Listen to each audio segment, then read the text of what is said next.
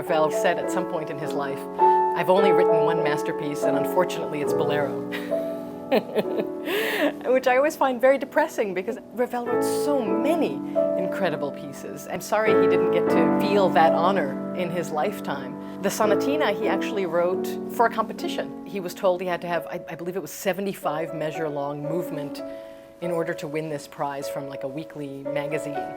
And in the end, the gem that is the first movement of the Sonatina didn't win the prize, even though there were no other competitors, because it's just over 75 measures long. He was so brilliant, and he didn't always get the recognition that he should have during his lifetime. When I was looking to see which pieces of the Impressionists to put with this Brahms sonata, I immediately thought of the Ravel Sonatine. And the reason is it's such a special piece, even though it's kind of a short, compact miniature. It's very Germanic in its form.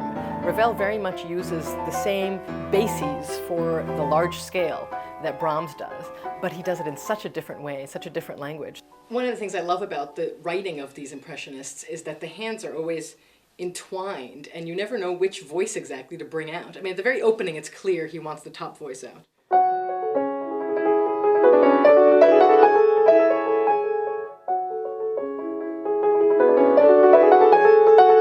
But of course, he also has the bass doing the same thing, so he wants you to bring that part out as well.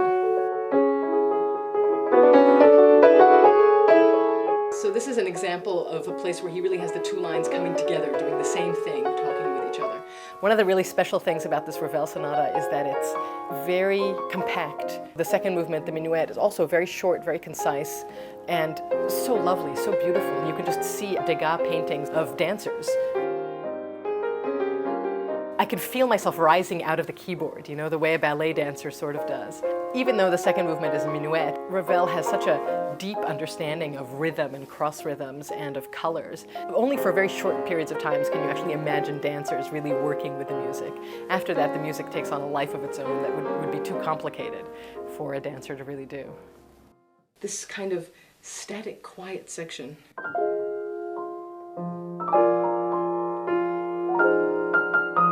You really feel with Ravel, I always do, that he's actually writing for an orchestra, and he somehow fits it all into the piano.